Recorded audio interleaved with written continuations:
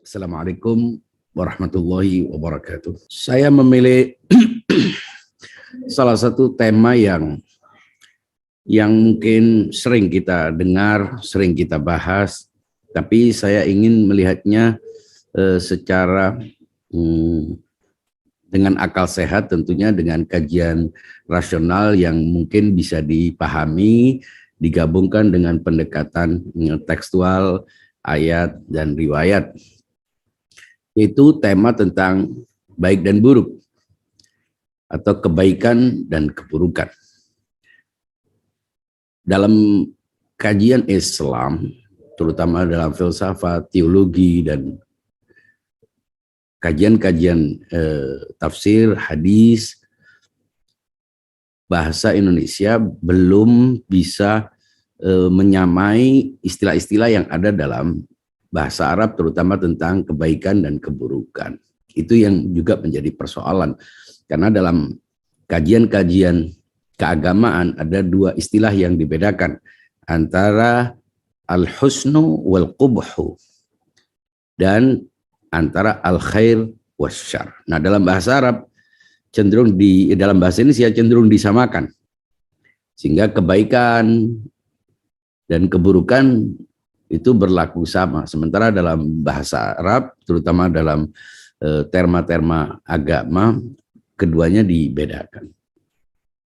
Mungkin kalau kita mau uraikan, kebaikan itu bisa dibagi menjadi dua. Kebaikan sebagai sebuah perbuatan dan kebaikan sebagai sebuah akibat perbuatan atau peristiwa. Jadi kadang sesuatu dianggap baik karena perbuatan.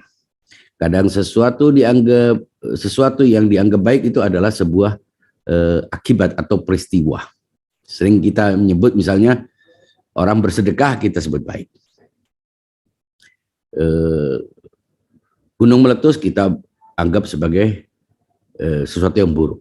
Kan yang satu adalah perbuatan manusia, yang satu adalah sebuah fenomena. Begitu juga keburukan. Nah, dalam bahasa Arab ada dua istilah yang dibedakan untuk itu.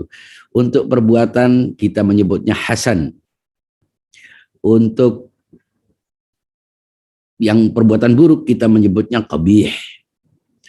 Sementara untuk sesuatu yang disebut sebagai peristiwa kita kadang menyebutnya disebut dengan khair.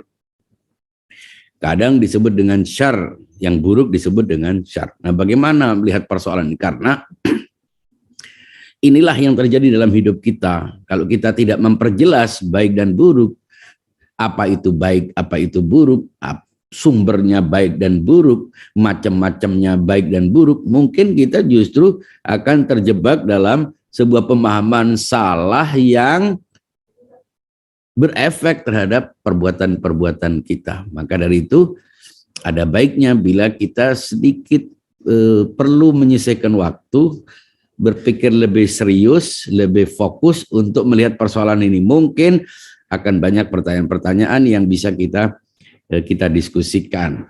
Semoga dalam waktu yang singkat ini kita bisa membahas tema ini dan bisa memahaminya sebagai bekal untuk meredefinisi, untuk mengubah persepsi kita mungkin yang salah tentang apa itu baik dan apa itu buruk. Kalau kita perhatikan, definisi baik dan buruk sebetulnya adalah tujuan setiap orang. Hanya saja cara mengidentifikasi yang kadang dipahami salah oleh orang. Secara umum definisi kebaikan adalah sesuatu yang sesuai dengan kecenderungan. Jadi kalau orang punya kecenderungan dan sesuai dengan kecenderungannya maka disebut dengan baik. Sementara kalau kita menyebut sesuatu itu sebagai buruk adalah sesuatu yang tidak sesuai dengan kecenderungan kita. Kecenderungan bisa diartikan dikaitkan dengan fitrah, bisa dikaitkan dengan hasrat. Kalau sesuai dengan hasratnya disebut sebagai sesuatu yang baik. Namun kita ingin berbicara tentang sumber kebaikan dan keburukan ini.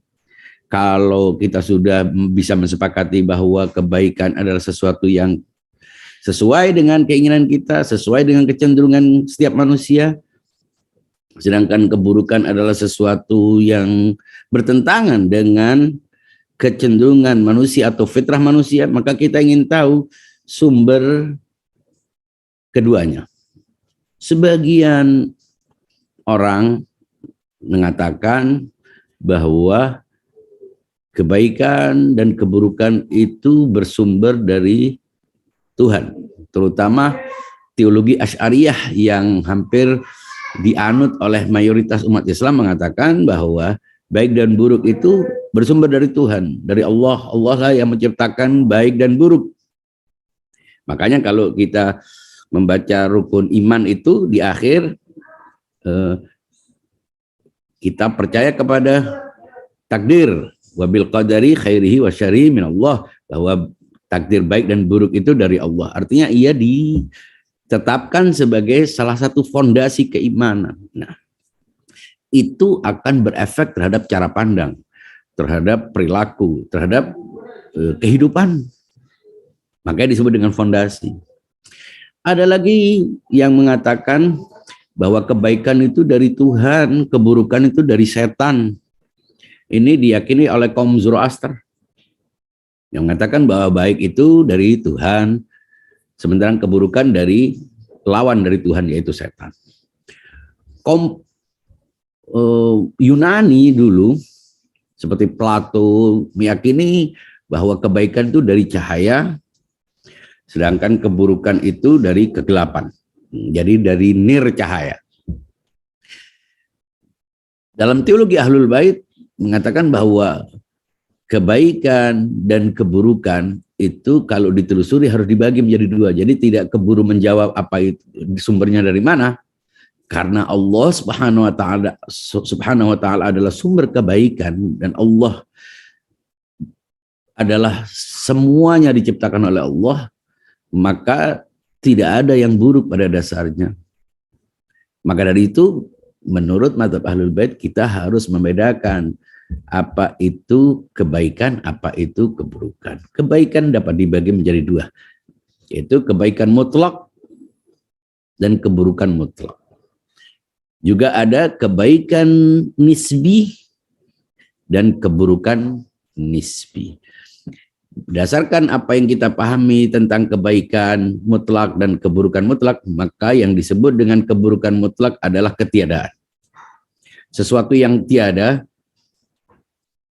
itu disebut dengan keburukan, atau sesuatu yang bertentangan dengan kebaikan itu disebut sebagai keburukan, bertentangan secara total. Sedangkan kebaikan adalah sesuatu yang eksistensial, sesuatu yang positif. Kita biasa menyebut positif itu artinya karena ada.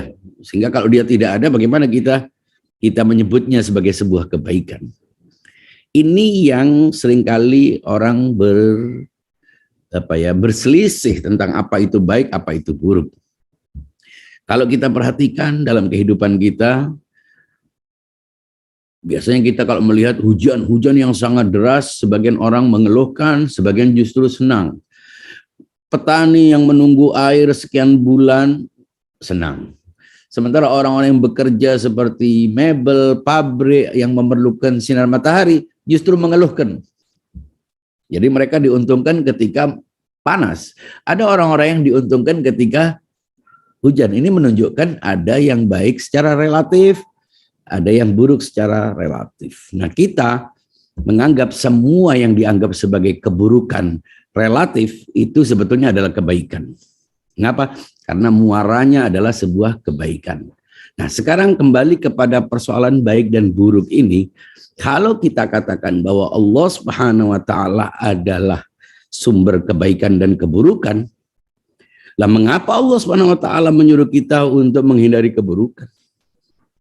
Mengapa Allah Subhanahu wa taala menjanjikan sanksi bagi orang yang berbuat keburukan? Mengapa agama ini diutus untuk menegakkan keadilan, untuk menegakkan kebaikan, bila memang keburukan dan kebaikan semuanya diciptakan oleh Allah Subhanahu wa taala? Kaum Asy'ari meyakini bahwa bila keburukan dan kebaikan tidak diciptakan oleh Allah, maka berarti kita meyakini adanya pencipta lain. Dan karena itu mereka mengatakan bahwa apa yang baik, apa yang buruk itu semuanya bersumber dari Allah Subhanahu wa taala. Kita turun lagi ke bawah. Kebaikan di mata manusia itu dapat dibagi menjadi dua. Ada kebaikan material, ada kebaikan imaterial, ada kebaikan yang konkret, ada kebaikan yang abstrak. Seringkali orang menganggap kebaikan itu diukur oleh sesuatu yang bersifat material. Orang kalau sehat itu berarti baik.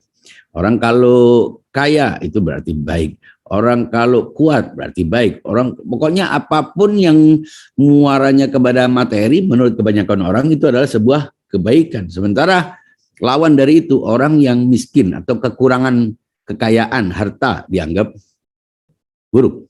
Orang yang kekurangan kesehatan dianggap buruk. Orang yang tidak punya kekuasaan dianggap buruk. Orang yang tidak punya fasilitas itu dianggap buruk. Ini kebaikan dan keburukan material yang dipahami oleh semua orang.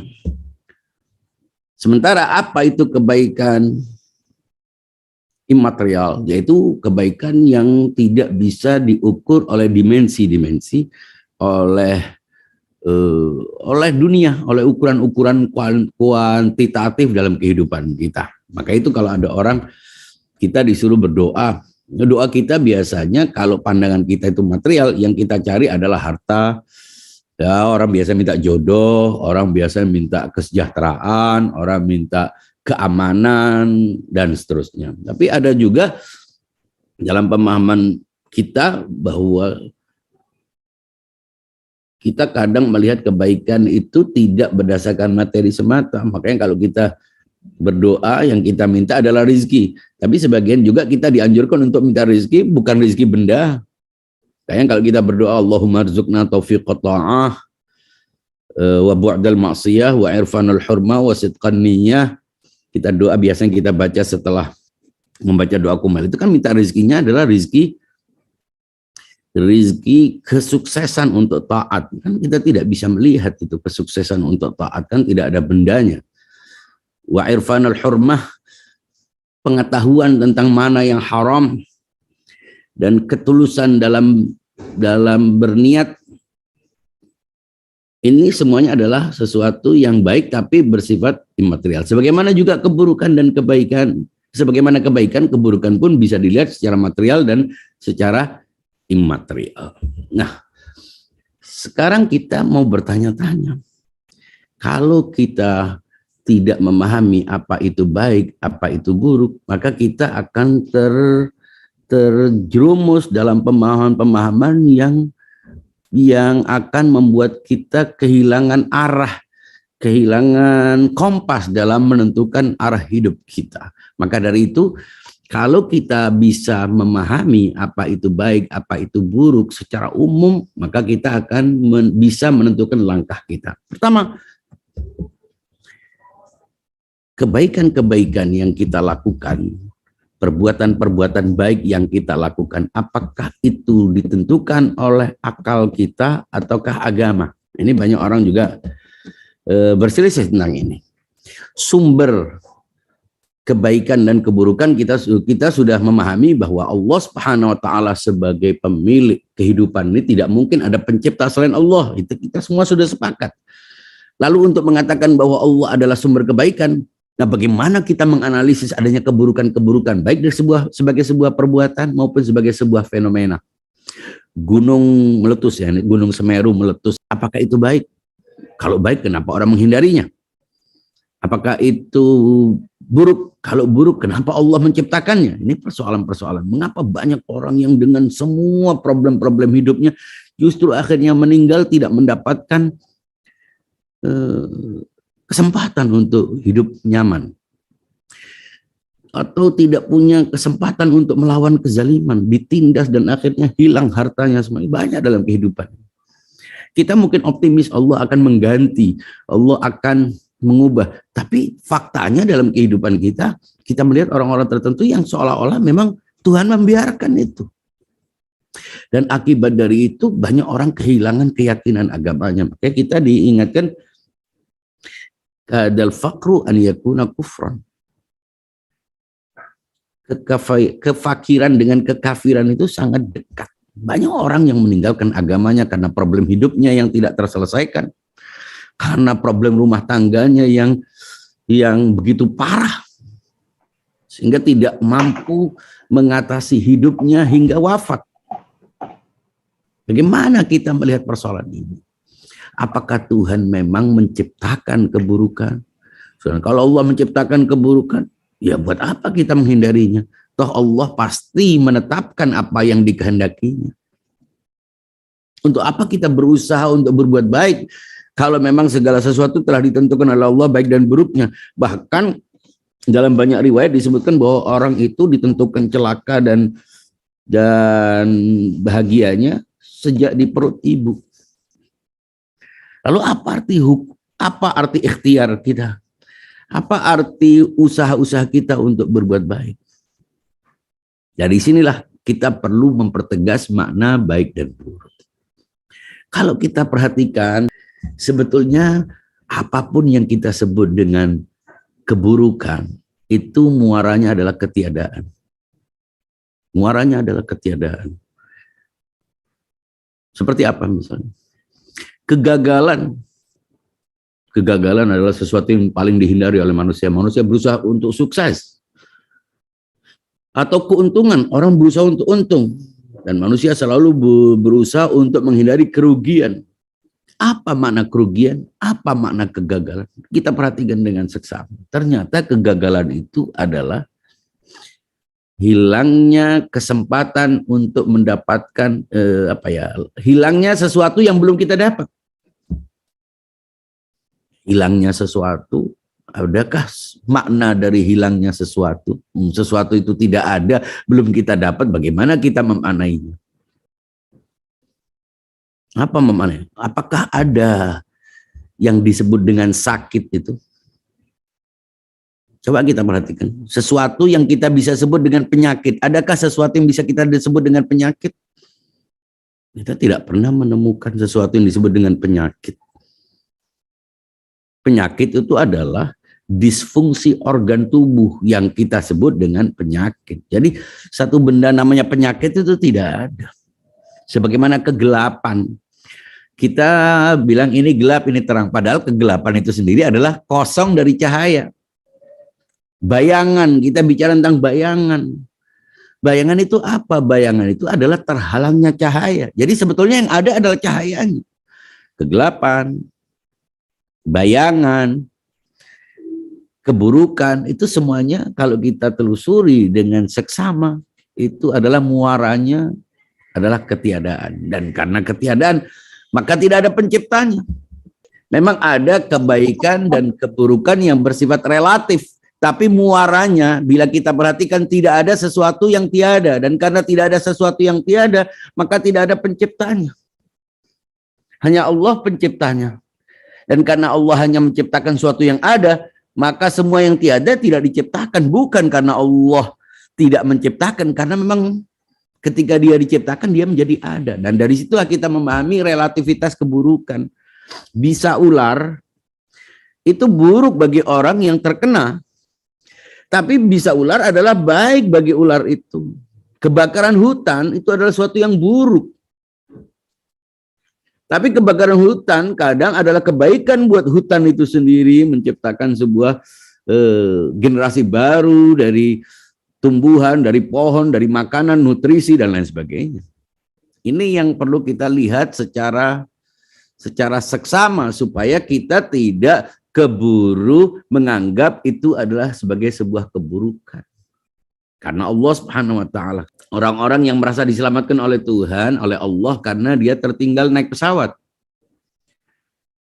Sriwijaya, dan mereka bersyukur atas itu karena sudah diselamatkan oleh Allah Subhanahu wa taala, dan banyak orang yang terharu dengan pernyataan-pernyataan itu. Tapi kita perhatikan, apakah karena dia tidak ikut terbang kemudian dia hidup kemudian berarti Allah menyelamatkannya? Apakah karena dia sehat dan tidak sakit berarti Allah menyelamatkan? Apakah orang yang sakit berarti dibiarkan tidak selamat? Apakah orang yang mengalami kecelakaan berarti dibiarkan oleh Allah?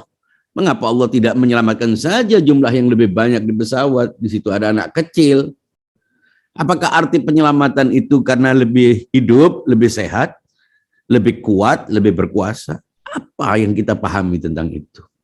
Ini yang seringkali kita salah dalam melihat semua persoalan, sehingga akhirnya muncul orang kalau bersyukur itu ketika dia mendapatkan sesuatu. Nah, syukur itu kehidupan ini kita syukuri. Bahkan musibah yang kita alami itu kadang-kadang adalah menumbuhkan semangat untuk orang yang mengalami situasi sulit, itu biasanya muncul kreativitas. Sementara orang yang hidup manja, anak-anak yang hidup manja dengan kehidupan serba cukup, itu biasanya kemampuan dia untuk survive rendah. Dia tidak bisa menghadapi situasi sulit dalam kehidupannya. Itu artinya apa yang kita anggap buruk belum tentu buruk. Dan semuanya adalah kebaikan apabila kita bisa mengambil pelajaran. Nah, kalau Allah berbuat buruk, sementara keburukan itu adalah sesuatu yang kita tidak tahu. Mengapa orang gagal? Ya karena dia tidak tahu bahwa itu akan berakhir dengan ketiadaan, bahwa itu tidak akan menghasilkan sesuatu. Makanya dia tempuh, akhirnya gagal. Jadi gagal itu adalah buah dari ketidaktahuan. Mengapa dia rugi? Ya dia berbisnis yang dia tidak tahu bahwa ini akan membuatnya kehilangan modalnya. Andaikan dia tahu, dia tidak akan rugi. Andaikan dia tahu, dia tidak akan gagal. Jadi sumber dari kesalahan dalam perbuatan itu sumbernya ketidaktahuan. Kalau Allah Subhanahu wa taala melakukan sebuah perbuatan yang buruk, maka sumbernya adalah ketidaktahuan. Dan Allah Maha tahu segala sesuatu. Inilah yang perlu kita perhatikan. Sekarang kita berbicara tentang kebaikan dan keburukan dalam perbuatan-perbuatan. Adakah perbuatan yang pada dasarnya adalah keburukan? Dari mana kita bisa tahu? Kita semua dengan akal sehat kita tahu apa yang baik, apa yang buruk. Tapi kita belum tentu tahu definisinya. Mengapa disebut baik? Mengapa orang kadang mencuri? Ternyata kalau mencuri kita telusuri, kita tanya, kenapa kamu mencuri? Iya, saya mau mengobati ibu saya mau memberi nafkah anak saya, sehingga saya tidak punya cara kecuali dengan mencuri. Apakah itu perbuatan baik? Kita tidak tahu. Membunuh, sekilas kata membunuh itu adalah sesuatu yang buruk. Apakah membunuh itu baik atau buruk? Kalau membunuh itu artinya dilihat sebagai sebuah peristiwa, terpisahnya kepala atau masuknya pisau ke dalam perut atau masuknya peluru ke dalam tubuh, itu saja sebagai sebuah peristiwa tanpa melihat siapa, tanpa melihat motivasinya, tanpa melihat apapun, apakah itu baik atau buruk? Sebelum kita tahu siapa yang dibunuh, siapa yang membunuh, apa alasannya membunuh, apakah itu baik atau buruk? Kita bisa melihatnya sebagai sebuah perbuatan baik. Tapi kita juga bisa melihatnya perbuatan buruk. Sebagai sebuah peristiwa baik. Tapi sebagai sebuah perpisahan, hilangnya kehidupan, dia buruk. Entah kehidupan siapapun.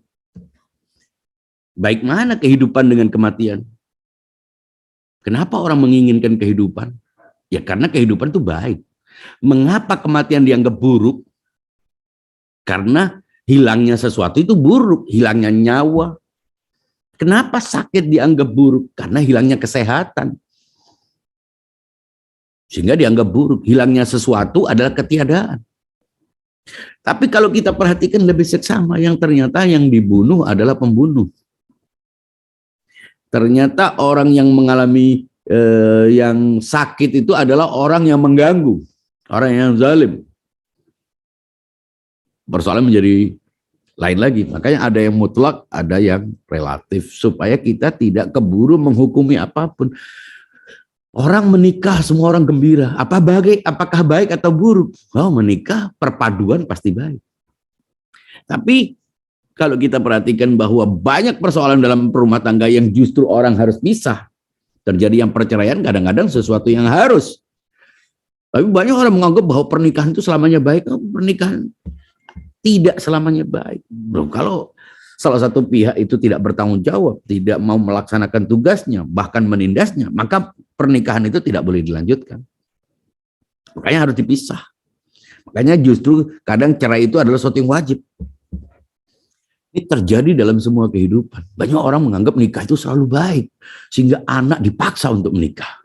Apapun caranya, bagaimana, ternyata bukan masalah baik dan buruk dalam pernikahan, tapi karena beban sosial, karena stigma negatif bagi orang yang tidak nikah.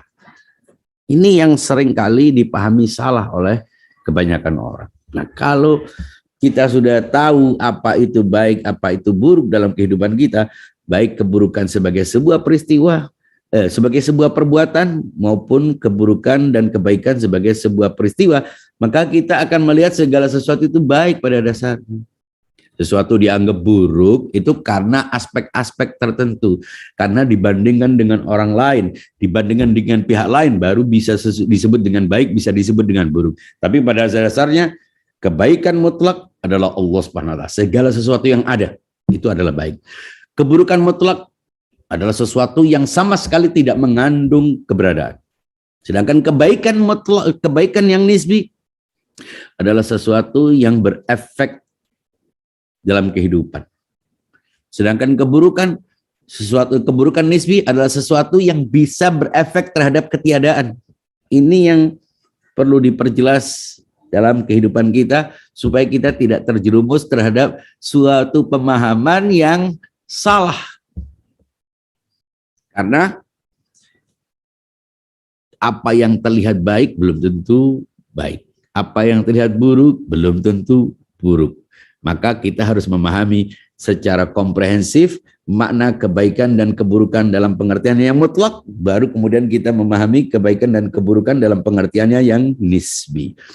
Kemudian ketika kita sudah memahami kebaikan dan keburukan yang nisbi, kita juga perlu memahami kebaikan dan keburukan yang duniawi, yang bendawi, dan yang non-bendawi. Apa kebaikan yang bendawi? Kebaikan duniawi dalam bentuk sebuah perbuatan yang paling tinggi adalah iman. Iman tidak pernah terlihat. Lawannya adalah kufur. Kufur adalah keburukan yang imaterial. Kita tidak bisa melihat kekufuran. Lawan daripada iman. Ilmu adalah sesuatu yang bersifat imaterial. Lawannya adalah kebodohan, ketidaktahuan adalah sesuatu yang bersifat imaterial. Sedangkan kebaikan dalam bentuk kehidupan material apa? Apapun yang kita dapat, apapun yang membuat kita nyaman, apapun yang membuat kita merasa tenang, ini dianggap sebagai sebuah kebaikan. Tapi kalau orang hidupnya tidak tenang, kekurangan, sakit, dan seterusnya, itu dianggap sebagai sebuah keburukan. Tapi itu adalah keburukan material yang belum tentu buruk. Yang belum tentu buruk. Kadang kemiskinan adalah sebuah kebaikan. Kadang kekayaan adalah sebuah kebaikan. Kadang kekuatan adalah sebuah keburukan. Kadang kekuatan adalah sebuah kebaikan. Ini semuanya harus dipahami dalam kehidupan kita.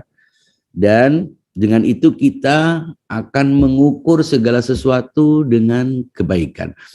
Salah satu alasan mengapa kita harus memahami kebaikan dan keburukan itu karena supaya ketika kita berbuat sesuatu kita menerima. Supaya kita sabar kalau keburukan yang diterimanya sebagai sebuah peristiwa, sakit, ada yang meninggal, kerugian atau apapun namanya, kita sabar. Dan kalau kita mendapatkan sesuatu yang kita dapat, kita harus bersyukur. Nah, syukur dan sabar ini adalah sebuah kombinasi di mana kalau kita tidak benar-benar memahami sumber kebaikan dan keburukan, bisa jadi yang kita anggap kita syukuri justru mestinya kita sabar. Yang kita mestinya sabar, kita justru harus bersyukur. Karena apa yang kita anggap sebagai sebuah keburukan belum tentu keburukan. Apa yang kita anggap sebagai sebuah kebaikan belum tentu itu adalah sebuah kebaikan bagi kita. Itu pertama yang harus dipahami tentang kebaikan dan keburukan terkait dengan definisinya, sumbernya, dan macam-macamnya. Nah, kalau kita sudah bisa memahami bahwa kebaikan dan keburukan itu adalah sesuatu yang nisbi dan Allah tidak menciptakannya, kita berpeluang untuk memperbanyak kebaikan. Tapi kebaikan yang kita utamakan adalah kebaikan imaterial, kebaikan abstrak, kebaikan maknawi, kebaikan yang tidak diukur oleh benda, oleh kuantitas, oleh dimensi material. Kadang orang mencari kekayaan, dianggap itu sebagai kebaikan, padahal belum tentu kebaikan. Kadang orang menghindari kemiskinan, padahal belum tentu keburukan. Banyak orang yang menjadi baik justru karena miskin. Kemiskinan menahannya untuk tidak melakukan perbuatan-perbuatan buruk. Banyak pula orang yang dengan kekayaan dia berbuat baik. Sehingga kalau dia miskin justru buruk buat dia. Dia bisa membantu orang lain. Dia bisa menyelesaikan masalah-masalah orang lain dengan harta yang dimilikinya. Dan itulah yang membuat kita akhirnya menerima posisi kita dengan usaha-usaha yang sekedarnya. Tidak perlu sampai memaksa, tidak perlu sampai menjual harga diri, tidak perlu sampai mengambil hak orang lain hanya karena kita memahami bahwa kebaikan itu adalah satu versi tertentu dalam kehidupan kita. Sementara kita abaikan hak-hak orang lain, kita abaikan dalam kehidupan kita efek-efek yang ditimpa oleh orang lain akibat sikap ketidakpedulian kita. Ini saya contohkan kalau orang kemarin itu, kalau orang parkir mobil untuk mengambil uang di ATM. Hanya 2 menit dia memarkir mobil di trotoar. Dia pikir itu cuma sebentar. Lalu begitu dia ngambil uang sudah selesai, dia langsung turun membawa mobilnya jalan. Dia tidak tahu selama 2 menit itu dia berada di ATM, ada orang yang terhalang jalannya oleh mobilnya, dan akhirnya dia turun dari trotoar dan terkena oleh mobil. Kemudian orang itu mengalami kecelakaan dan dibawa langsung ke rumah sakit. Dia tidak tahu dia pulang seperti apa adanya. Dia tidak tahu relasi antara alam ini yang diciptakan dalam kehidupan kita. Apa yang terjadi? Boleh jadi kita membunuh orang lain karena sikap kita. Boleh jadi kita menyengsarakan, merusak masa depan satu keluarga, anak, hanya karena kita tidak memahami relasi dalam kehidupan kita. Bahwa segala sesuatu diciptakan itu dengan rencana, dan kita harus memahami apa yang kita lakukan, apakah itu baik atau buruk. Tidak hanya dalam sebuah peristiwa yang terkait dengan kita, tapi sekitar kita.